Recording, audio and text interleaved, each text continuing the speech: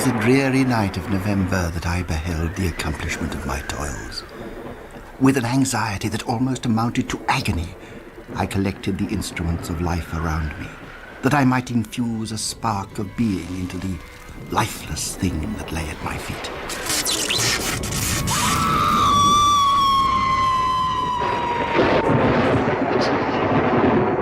It's alive.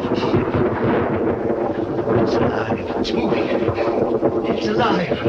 Oh, it's alive. It's alive. It's alive. It's alive. Swooping bats, severed limbs, hideous decapitating devices, and various spare parts. Dr. Frankenstein.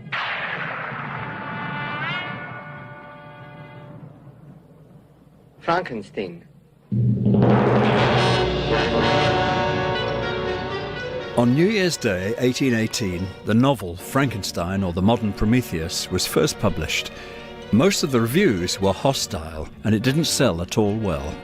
And yet, within a few years, this story of a young scientist who makes a creature, a new Adam, out of second-hand body parts, gives it life, then regrets what he's done, only to be haunted by his hideous progeny. This story had entered the bloodstream of popular culture, and the Frankenstein word, the F word, had already become shorthand for all sorts of public anxieties about progress.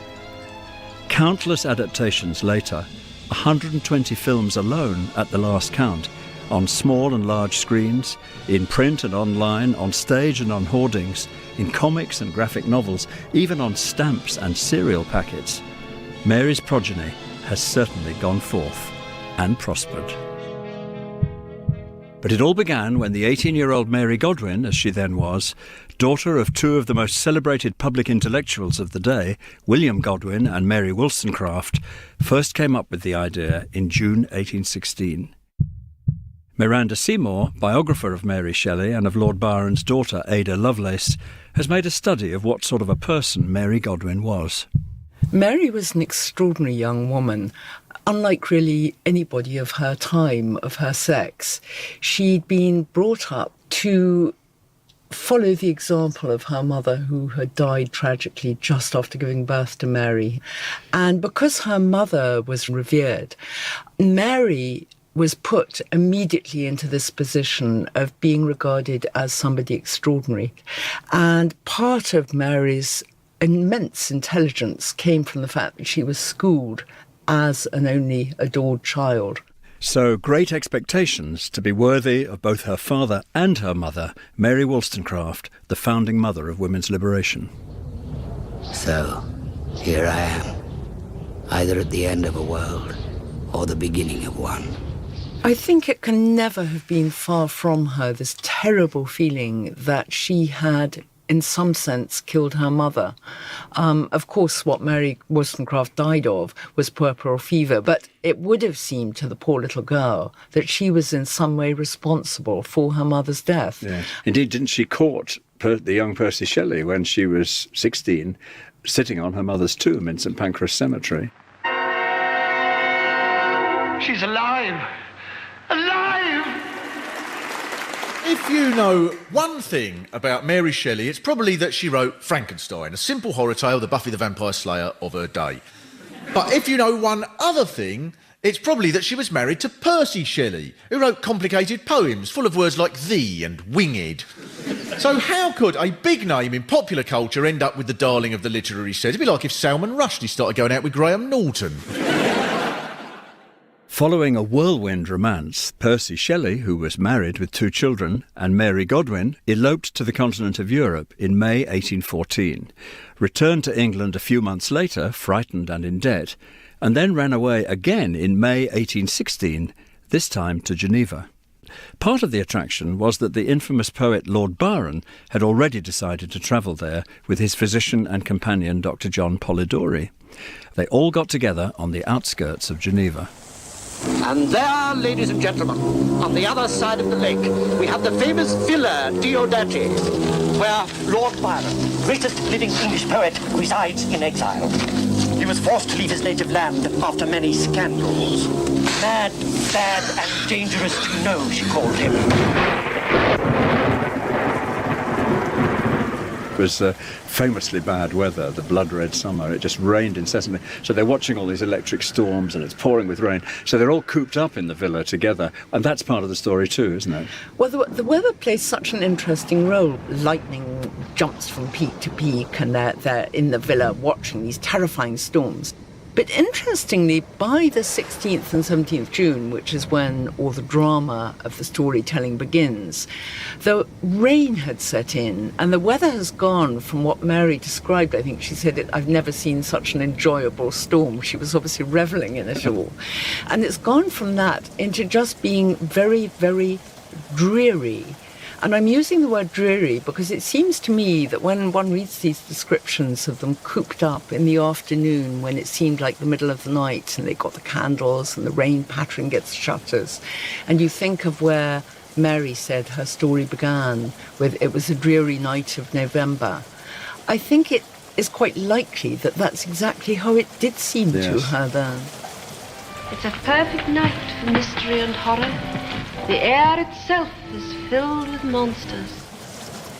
So on a dreary 17th of June, Byron, taking his cue from a trashy book he'd bought in the city, suggested they each tell a ghost story. The tensions within this group of highly strung individuals came to a head that night, when Mary Godwin told her story, the creation scene from Frankenstein, and when Byron seems to have begun his contribution as well, the first vampire story in English literature.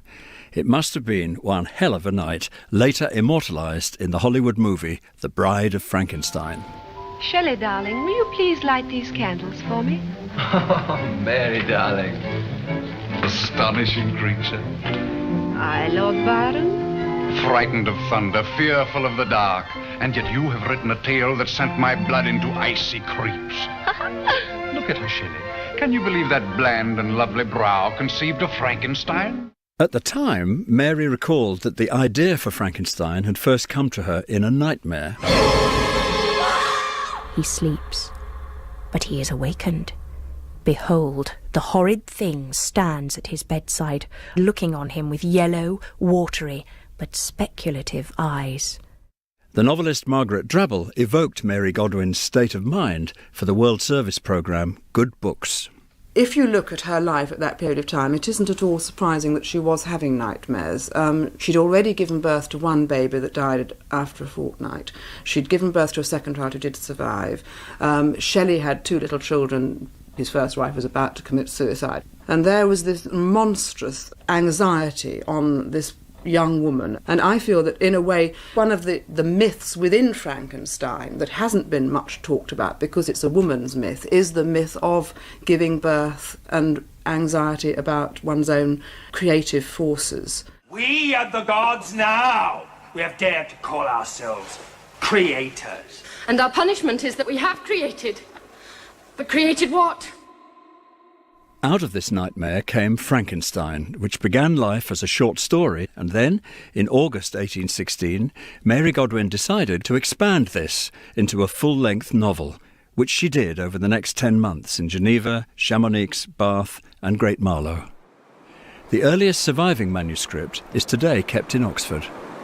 We're now entering the Western Library, part of the Bodleian Library in Oxford, and opposite the ancient Bodleian Library, and this was opened in 2015 to house the archives and special collections and treasures and manuscripts. And we're coming through these rather modern doors and into this astonishing atrium, modernist architecture, lots of books, and we're off to the manuscript section.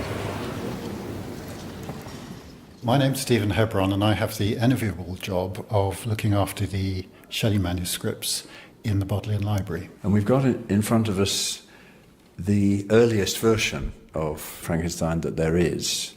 Yes, what we have here are the now loose sheets of the notebook that Mary Shelley, we think, bought in Geneva in order to begin the first full draft of her novel. So this is what she calls chapter 7th, which is the great creation scene. What is happening? Meet my monster.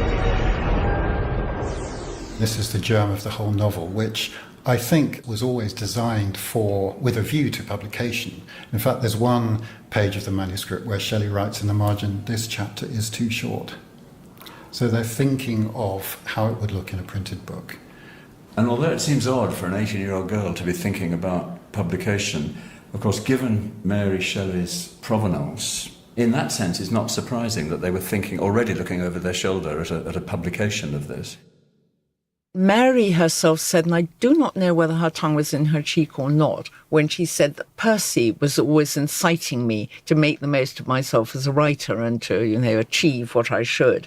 And in fact, she was already, I think, a better writer than he was. The manuscripts reveal that Percy Shelley corrected Mary's punctuation, spelling and syntax, and that he did indeed rewrite some of her sinewy sentences in more poetic language. What sort of interventions does he make? Well, on this page that we're looking at, Mary writes, I had selected his features as... handsome. Then we have handsome, handsome, handsome, crossed out 3 times. And above one of the handsomes, Shelley has written beautiful.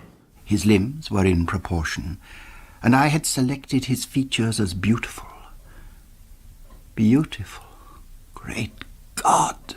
There's a debate, isn't there, amongst scholars about the extent of his contribution to Frankenstein, because, you could argue he's correcting her grammar and syntax and punctuation a bit, yes, and occasionally making the language a little bit more flowery, but it's a sort of editor-partner relationship, in my view, anyway. I think when you look at the manuscript particularly, you can see it's nearly all in Mary Shelley's hand, which, as you say, Shelley then takes and improves. Yes. Or, should we say, adapts. Improves is a moot point, because she Yes. writes in this very direct, rather sort of muscular style, I think, and he makes it much more flowery, and I'm not sure that's always to its advantage. Such an audience needs something stronger than a pretty little love story. So why shouldn't I write of monsters? Shelley thought of her as an intellectual equal, so they would have had conversations, they'd have shared their reading, they would have had, I think, quite intellectual discussions, cultural discussions with Byron as well. A couple of nights before the ghost story session, one of those intellectual conversations was about some current debates which were rocking the scientific community in London, to which Mary Godwin was, as she later put it, a devout but nearly silent listener. Debates about galvanism and the controversial experiments on a human cadaver by Giovanni Aldini, and about the nature of the principle of life. In her earliest draft, there was already a lot of backstory about Victor Frankenstein's university experiences. And over here we've got, next to the creation scene, we've got another... This is a slightly earlier chapter. This is with the young Victor Frankenstein as a young scientist going off to the University of Ingolstadt to study chemistry. Yes. I devoured the works of Cornelius Agrippa, Paracelsus and Albertus Magnus. The wild fancies of these long-dead alchemists, magicians and Kabbalists captured my adolescent heart.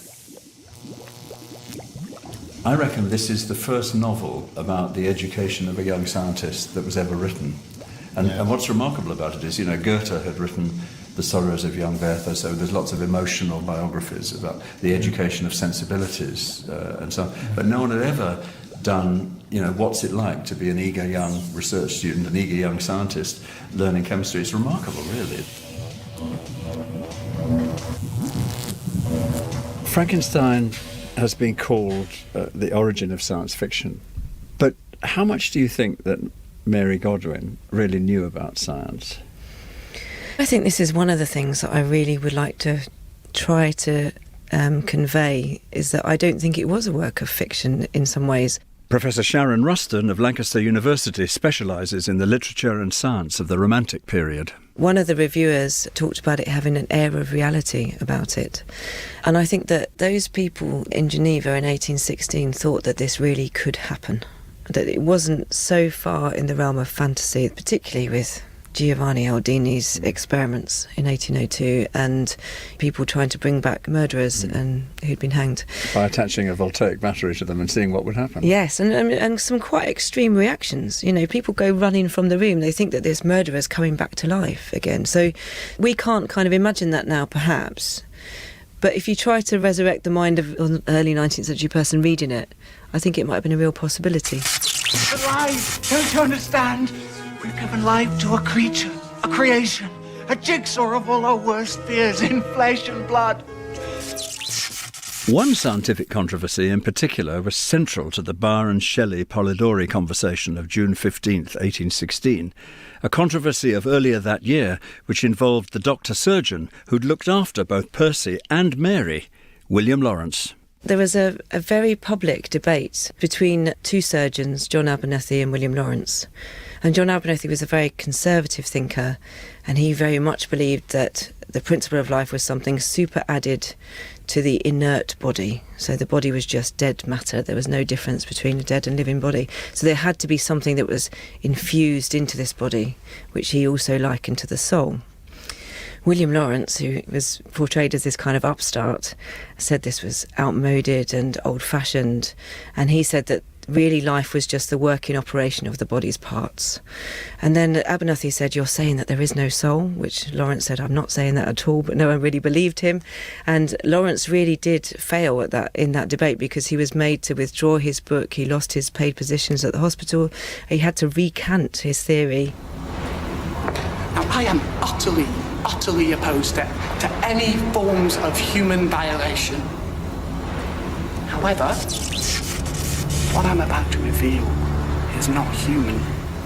Scientific themes were prominent and the science presented in surprisingly positive ways in the earliest draft and the fair copy of Frankenstein. Back to the Bodleian. We're now opening another set of folders, which is the next stage of... This is the fair copy from the draft, where Mary Shelley principally, but also Shelley writes it out in a much neater hand. Very, very few corrections. I think the corrections are really errors in transcription. And there would originally have been, we think, 11 or so notebooks full of this fair copy. And this is lovely. So all the expansion of it from that central story that we looked at earlier has taken place sort of post-Geneva. Yes. The second part of the novel is written in England. And I think rather than expanding it in length, they restructure it. So it's much more of a 3-volume work. So by now she's 19, because she's 18 when she thinks of it, 19 when she develops it into a novel, and 20 when it's published. Exactly. Yeah. I sometimes meet people who are doing Frankenstein for A-level, and I say, you do realise that was written by someone who was your age, or at least started by someone who was your age. Yes. Quite astonishing. They were all extraordinarily ahead of their time. It is amazing, isn't it? There's free love, there's dope, everything. There's spooky stories. There's yes, it's. You could plonk them down in California with Jefferson Airplane and imagine they'd be having a wonderful time. Well, exactly. Infidels, wantons, all. What lively company. The first edition of Frankenstein, when it was published, wasn't a success. Most of the books about Mary Shelley claim that it was an instant bestseller. It wasn't. At the time when the book was published in 1818, it was only published in 500 copies. And by 1831, when Mary sold the copyright for, I think it was £30, which sounds not much, but it meant a lot to Mary. She was very, very poor by then. Her husband had died. She was bringing up her only surviving child on her own with great difficulty and with tremendous opposition from the Shelley family. And the only name she was allowed to use as a writer was the author of Frankenstein. Everything really points to the fact that she desperately needed Frankenstein to really sell. Because in an era when the concept of intellectual property had yet to be invented, it was the many unauthorised and stripped-down stage versions, rather than the novel itself, which launched the F-word into the culture. Just 8 years after publication, at least 15 English and French versions or burlesques had opened. Behold, the horrid corpse to which I have given life!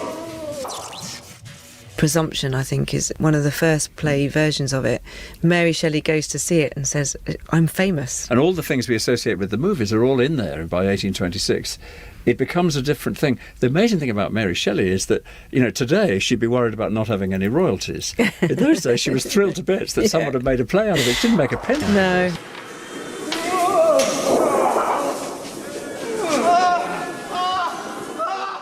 When Mary Shelley went on to publish in October 1831 her more popular abridged single-volume edition, partly to cash in on the success of the theatrical versions. She even incorporated some of the stage elements into her story. I think that she was channeling all of that, and she plays up the idea of presumption, which is the word she suddenly introduces in this new edition. Yes. Victor becomes a sort of mad scientist like he was on the stage. It crudifies the story a bit, and the strange thing is that for most people reading Frankenstein, that's the edition that they read. I think that by 1831 so much has changed in Mary Shelley's life, and I think she really tries to tone down the radicalism of the book, and that actually does mean taking out some of the science, particularly the radical science in it.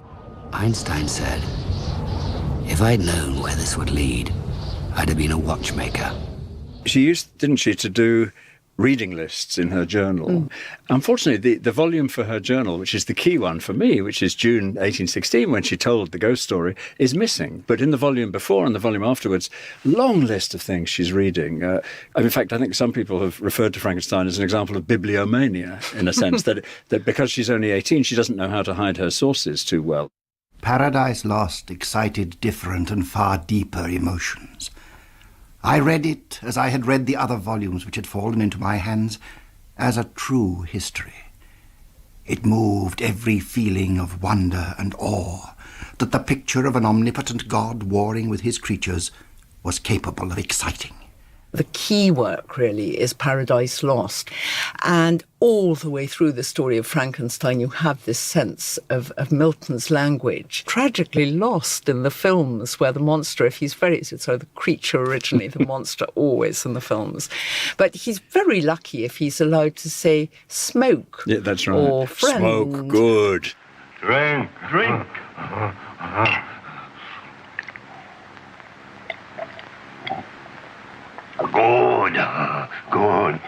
I would just about argue that Boris Karloff's inarticulate monster in Frankenstein is as powerful, if not more so, than Mary Shelley's very chatty Milton-quoting monster. The critic and novelist Kim Newman, connoisseur of horror movies, who admits to being a Frankenstein completist. It used to be said that every generation had its Hamlet, and so you'd go from Irving to Barrymore to Gielgud to Olivier. But of course now every generation needs its Frankenstein and its Dracula and its Sherlock Holmes, often the same actors. And what's different between these characters and, say, Macbeth or Othello is that there's no set text.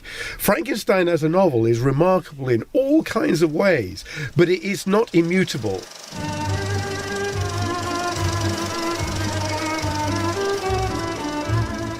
Going right back to the beginning, 1910, Edison, the first story horror movie worthy of the name, Frankenstein, which has quite recently come to light, having been a lost film.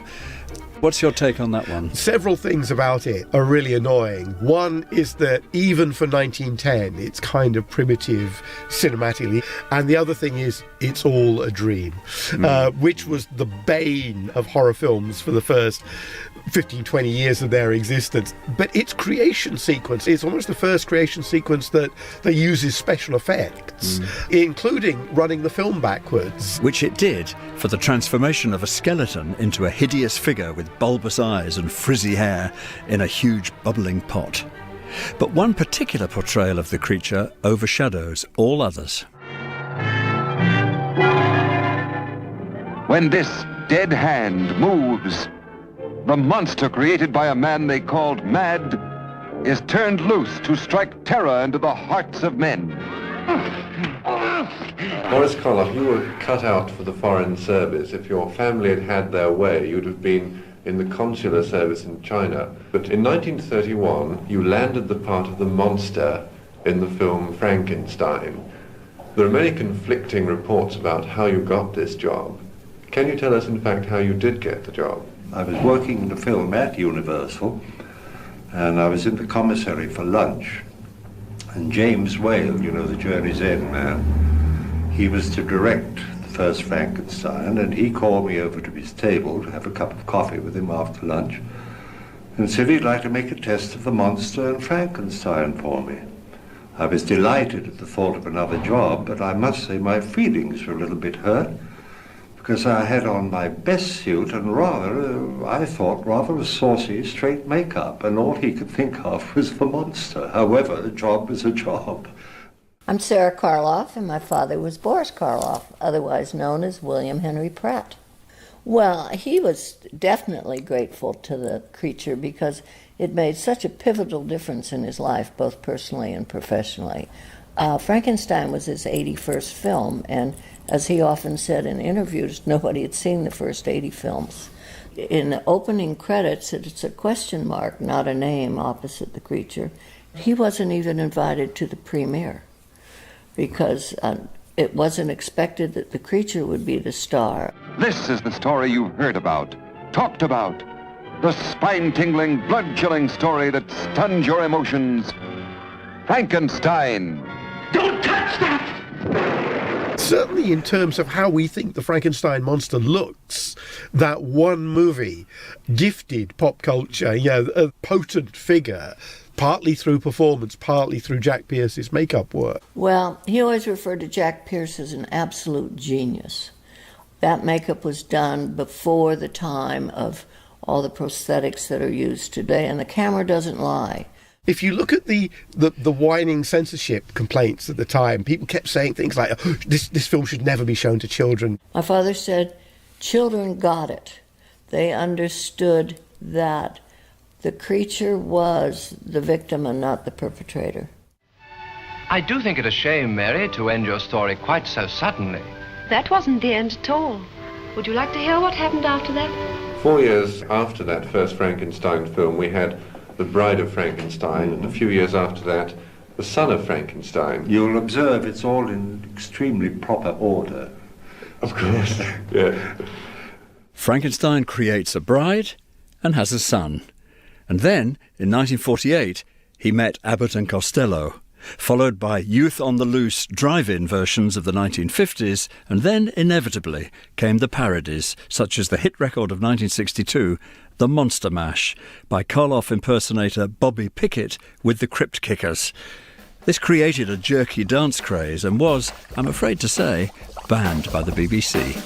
I was working in the lab late one night when my eyes beheld an eerie sight, for my monster from his slab began to rise, and suddenly, to my surprise, He did the mash. He did the monster mash. The monster mash. It was a graveyard smash. He did the mash. It caught on in a flash. He did the mash. He did the monster mash. All of that was a compliment, and he took it as such. He did some things on television that were pretty ridiculous. He got to the point that he could spoof his own boogeyman image. The Rosemary Clooney Show. Our very, very special guest, Boris Karloff. Hello there, boys and girls. Are you all ready for another story from your Uncle Boris? Good. Pull up your chairs nice and close to the television set.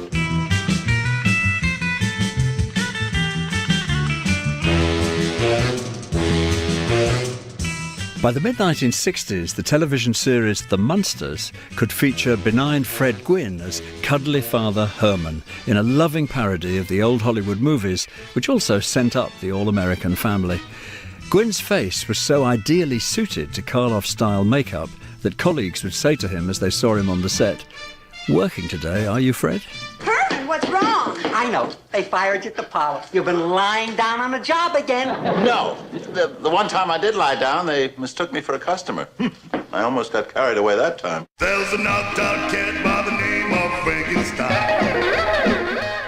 Having got into parody with the Munsters and onto television and become more and more cuddly, it finds its way into pop music as well in the 60s and 70s. That starts with outright parodies. And then it becomes slightly more serious because obviously I can see that there's a real attraction between, say, the people who make prog rock and the vision of Frankenstein. Yeah, one of the odder productions is there was Frankenstein's Wedding, which was broadcast live on BBC TV, but it was an event at Leeds Castle, which which was kind of like part rock concert, part musical adaptation of Frankenstein. I'm sorry to ruin your big day. Who are you? I've spent every minute since your husband created me asking myself the same question. It's the first time I've seen, outside of Blackenstein, the casting of a black actor as the monster, David Harewood, who's like a really strong, distinguished presence, surrounded by people who are not very good rock singers. Yeah. A film company, Hammer Films, was looking for a very tall, very big man. And I think they'd learned that I'd done a lot of mime and things like that in the theatre in the preceding 10 years, and they wanted somebody who could play a part without speaking, and who was tall and who was big. So for the first time in my career as an actor, these two elements helped me rather than hindered me. Christopher Lee starred in Hammer's first Frankenstein movie, The Curse of Frankenstein, in 1957. The first version in gruesome colour, the first with a repressive Victorian setting, and the first where Baron Frankenstein enjoys being cruel. Directors Martin Scorsese and John Carpenter are huge fans. It seemed that when we saw Curse of Frankenstein, there was a graphic quality to it that was totally uncalled for, which made it extremely endearing to us. We enjoyed it a great deal. That was one of the first horror films that took a subject and brought in, for a time of shocking violence, shocking gore.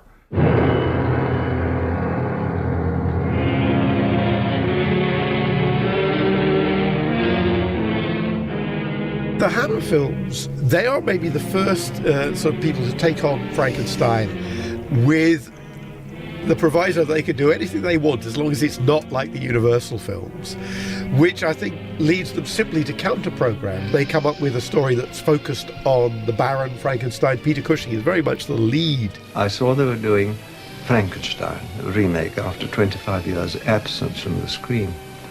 And I remember seeing the original with Colin Clive and Boris Karloff, and remember it was absolutely wonderful. So I knew there was a break coming in my television work, and I said, well, what about doing this? It would be a nice one to have a try at. His monsters, initially Christopher Lee, are all rather disposable. In Curse of Frankenstein, the monster is literally disposed of in acid and reduced to nothing. It's a 1950s story made, obviously, under the shadow of the Manhattan Project. So there's a sort of sense that we were less likely to accept boffins of any sort as altruistic idealists or even romantic visionaries.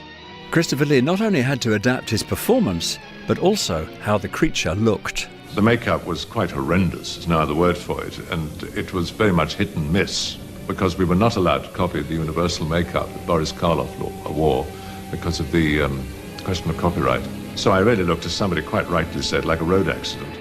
This thing must be destroyed before it regains consciousness. Do you hear me, Victor? What, Paul? What did you say? You must destroy this thing now. Paul, don't you see? I've succeeded. Succeeded? Yes, nearly succeeded in getting yourself killed.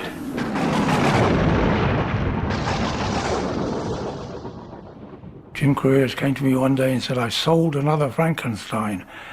I said, oh, well done. Jimmy Sangster was to write 3 of the Hammer series of 7 Frankensteins. He said, and we're doing The Return of Frankenstein. I said, I killed him in the first episode. He said, oh, you'll think of something. But I have escaped the guillotine, and I shall avenge the death of my creation. It came to a suitably bloody end with Frankenstein and the Monster from Hell, filmed in 1972 and released in 1974. Dave Prowse did a magnificent job in The Creature, in his rubber suit. I just wish that Hammer had spent a little more money and it didn't look like Dave staring through, the peepholes. Madeline Smith, the epitome of Hammer glamour, played Sarah, the mute daughter of the asylum director, who is selected as the monster's mate. If everything could be reborn, unblemished, if a new version of his true self could be created, in the normal way, by mating, but who with? Sarah. I do have an enormous criticism, which is there was far too much gore. And they were real eyeballs, stinking sheep's eyeballs. They were real, and they did keep dropping on the floor, and we were sliding about on them. Going in after the weekend when they hadn't been in the fridge, and the smell was abhorrent. And in fact, it's all on a couple of sets at Elstree. To my mind, it was one set with various doors coming off it, but it took quite a lot of acting on my part, I have to tell you, because it wasn't very terrifying. However, I think the end product is probably better than it should have been. Yeah.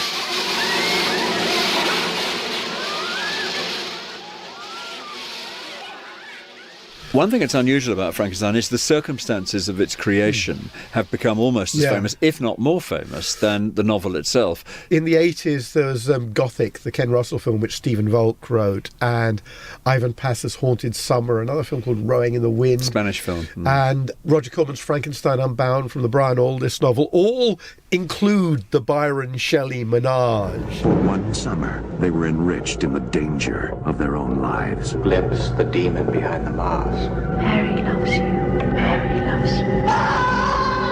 There's a terrible danger in this, Shelley. In the film versions, I always think that Mary Shelley gets rather diminished, that Byron becomes the main character. I mean, in the case of the Roger Corman, Frankenstein Unbound, there's this terrible thing of a modern scientist played by John Hurt helps her to write it. Yes. Because she's rather stuck, as if Mary Shelley needed the help of a chap to finish the book. Maybe there's a sense of male creatives rather hemming around her. But Byron, besides being a genius as a poet, was a genius at marketing himself. You have a sense of somebody who knew the worth of self-drama in the way I think Byron lived kind of the way Alice Cooper lived, you know, or that sense of embracing the mythology. I'm a teenage Frankenstein, the local freak with a twisted mind. I'm a teenage Frankenstein. Amid all this, Mel Brooks managed to breathe new life into dead tissue with his affectionate monochrome comedy film, Young Frankenstein, released in 1974, complete with the original laboratory equipment of 1931, which had been rediscovered in a store. Throw the third switch! Not the third switch! Throw it, I say! Throw it! Since the climax involved Dr. Frederick Frankenstein, Gene Wilder, performing with his creature, the Fred Astaire number Putting on the Ritz, in White Tie and Tails, it was predictable that Young Frankenstein would eventually turn into a stage musical, which it did in 2007, and then in a revised version for the London stage, autumn 2017. That's Frankenstein. My name. It's pronounced Frankenstein. You must be Igor. No, it's pronounced Igor.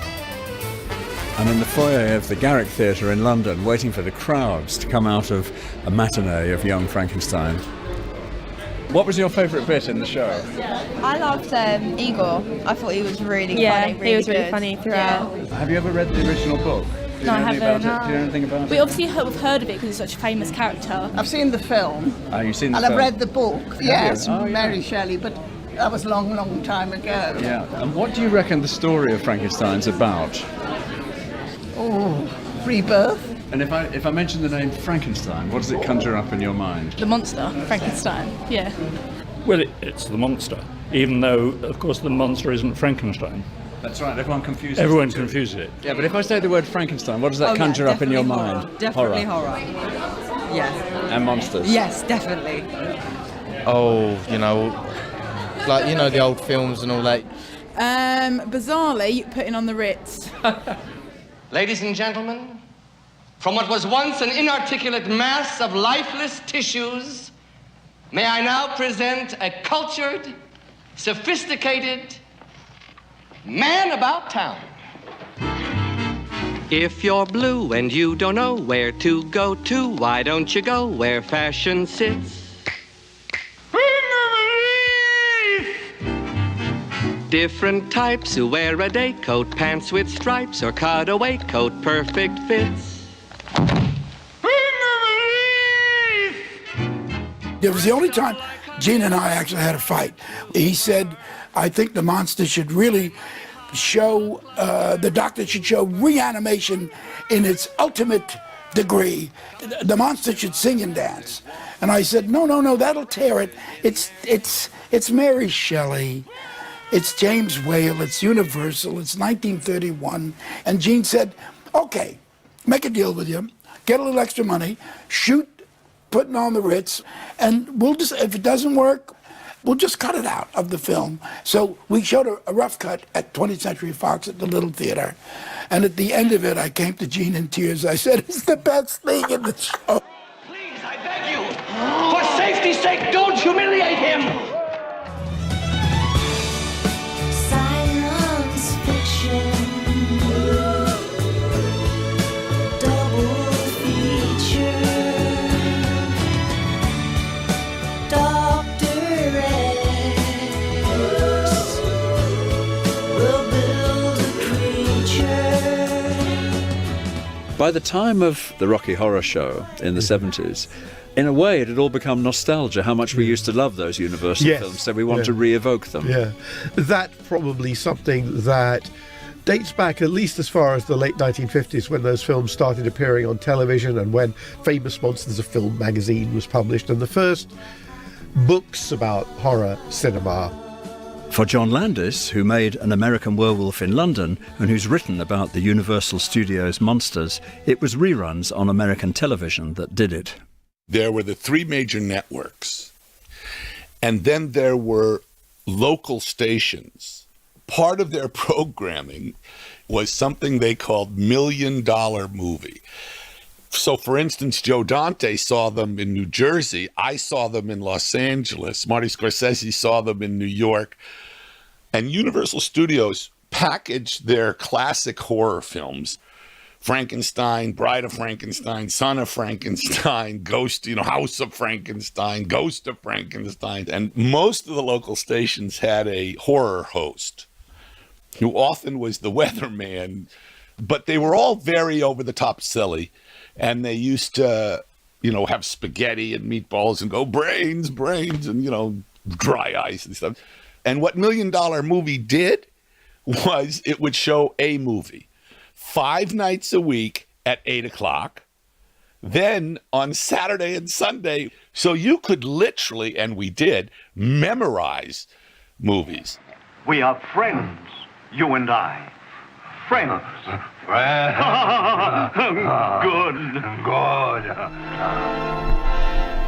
Andy Warhol's Frankenstein is here. Kiss him. Kiss him!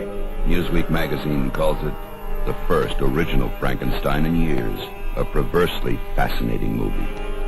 I think maybe the Flesh for Frankenstein, the Andy Warhol production from the 70s, sort of revived some of the transgressive notions of Frankenstein. And actually, Frank-N-Furter from the Rocky Horror Show is one of the most unpleasant mad scientists ever, in terms of a man who creates a monster purely to sexually molest it. He's kind of like genuinely appalling in a way that most Frankensteins aren't. So, come up to the lab and see what's on the slab. I see you shiver with anticipation. I see him as a cross between Cruella de Vil and Eisenstein's Ivan the Terrible Part 2. It's an evil that we kind of find attractive. Richard O'Brien, who wrote The Rocky Horror Show and who played the seedy butler, Riff Raff. I loved rock and roll, I loved comics, I loved all those things that we were told weren't good for us. The B-movies and the dreadful sci-fi movies of the 50s. And I just thought the unintended humour in the writings was fantastic.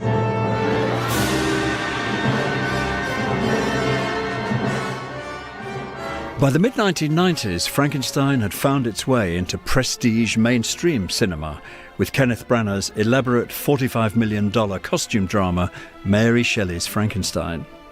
The problem was that cinema had left Mary Shelley behind long, long ago, and so critics and audiences were confused. What do you think of the Kenneth Branagh one, where they made a genuine attempt to adapt the whole book? Weirdly, the thing that lets it down for me is Robert De Niro. You cast one of the best film actors, a man who put on weight to play Raging Bull. What what could he do to play the Frankenstein monster? Have his head stitched back on? Yeah, I don't think De Niro is as good as Christopher Lee, let alone Boris Karloff, in a film that requires the best Frankenstein monster you've ever seen to work. Did you ever consider the consequences of your actions? You gave me life, and then you left me to die. The gothic intensity of the novel was what we were trying to present, and also we were trying to get away from bolts in neck and to bring in a different kind of human dimension. Kenneth Branagh spoke to Mark Kermode in 2007 about his adaptation. People took the hump, frankly, because they thought I was, showing off. Always got a bit of a six-pack, and here he is, he's got his kids look good. Again. Thank you very much. But my point was really that, in a way, it's regrettable that perhaps gets in the way of seeing it, because what you see is a sort of hubristic act in which I appeared to be just saying how bloody clever I am or something. It seemed to be what some of the reaction was, instead of just looking at the work itself.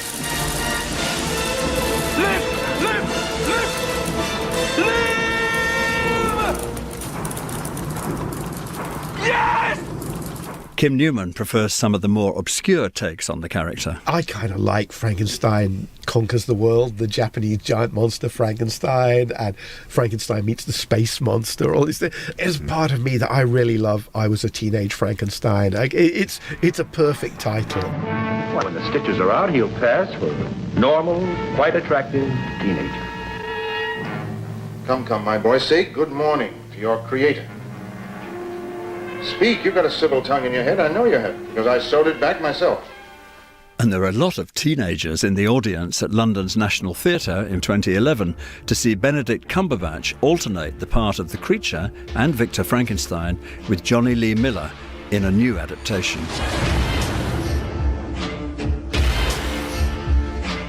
I can create people. We saw together the version directed by Danny Boyle. It did something that I don't think I'd seen in a Frankenstein adaptation before, but I've seen several times since, of starting with the creation. Therefore, it's not a story bracketed by several different narrators. It's a story from the viewpoint of the monster. You make sport with my life in the cause of science.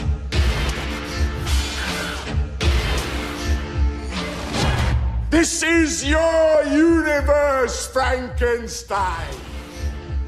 I spoke to the play's author Nick Dear on stage at the National Theatre while the production was on. Well, I'd never seen a stage version. There haven't been that many in my adult lifetime, that's for sure. I'd certainly seen the films, the famous films, and what struck me when I read the book again was that there was a great central dynamic in the middle of the book, which was the creature's story, which was never told in the films. In most of the films, the creature doesn't have a voice. He gets to grunt a bit and do bad things. And I thought it was sort of a missed opportunity in the movies that I'd never seen what I thought was Mary Shelley's Frankenstein properly done.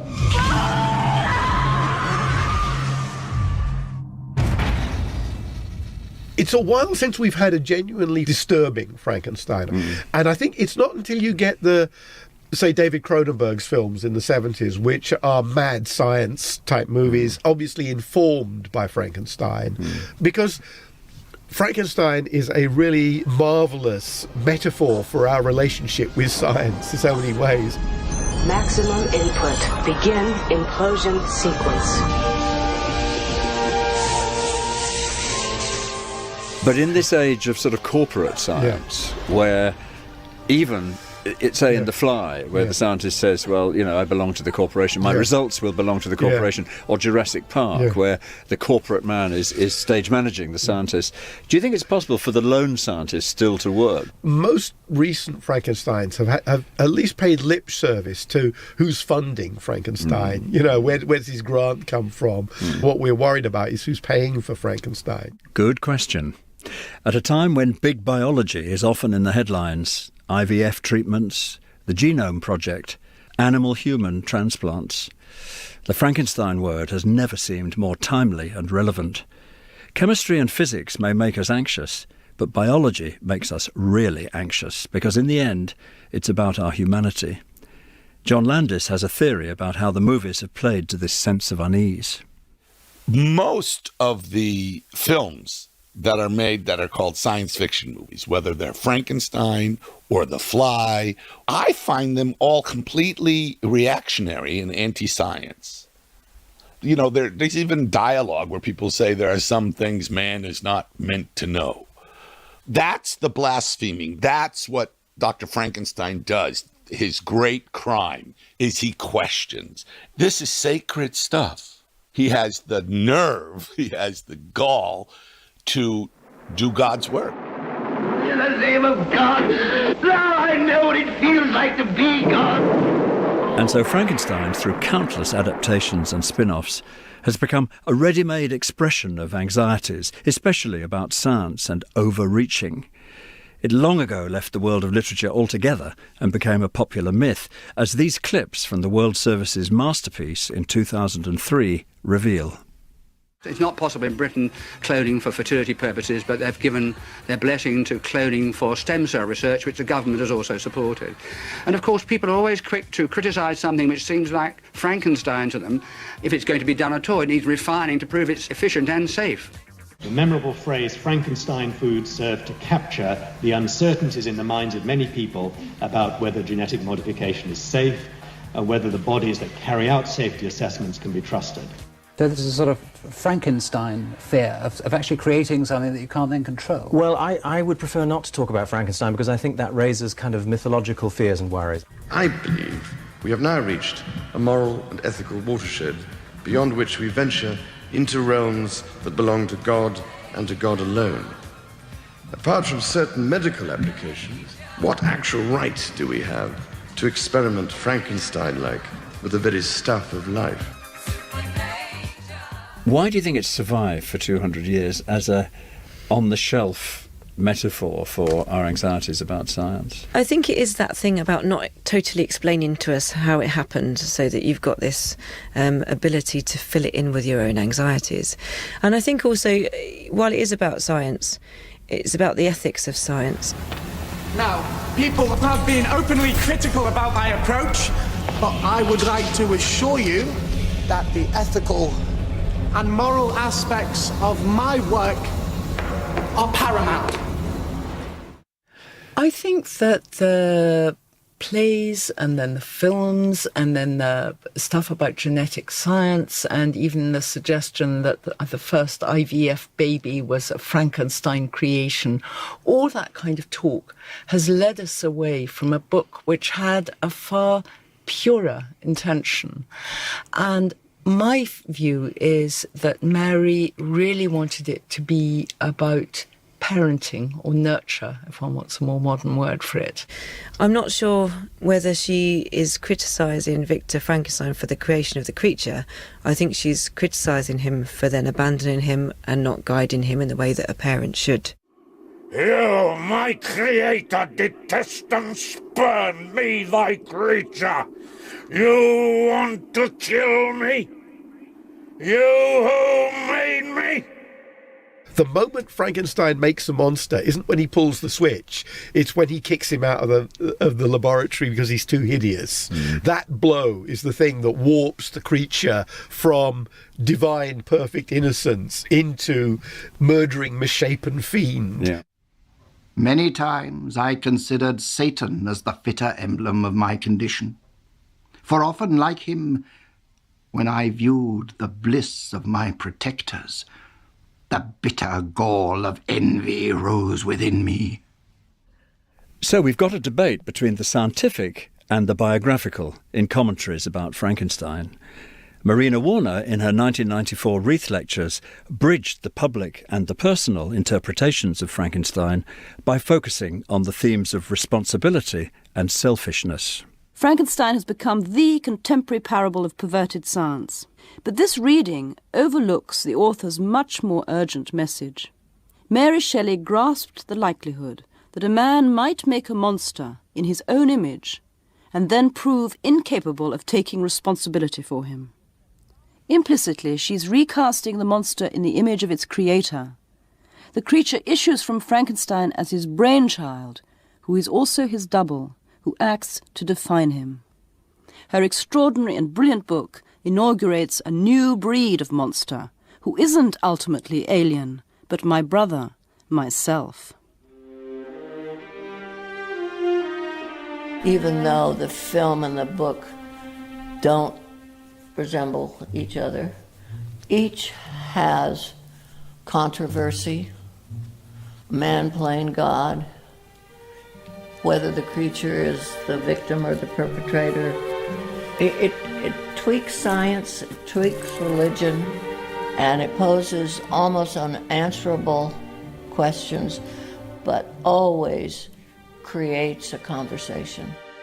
Which goes to show that after its first 200 years, Frankenstein lives. It's alive. Life! Life, do you hear me? Give my creation! Maybe the novel is more talked about than read these days, but still, it lives. And it continues to do its job as myth.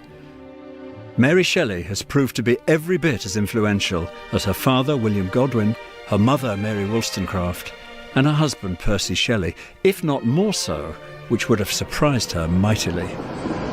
She lives!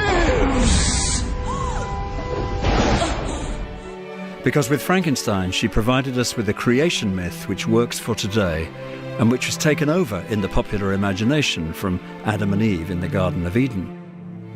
What would have happened, I wonder, if the weather had been sunny and dry in June 1816 and Byron, Shelley and Mary Godwin had all spent their time sailing on the lake and rambling in the Alps? There would have been a monster gap in the culture. Go back to your rooms now. There's nothing more for you to see. It's all over. Now, quietly. Don't rush.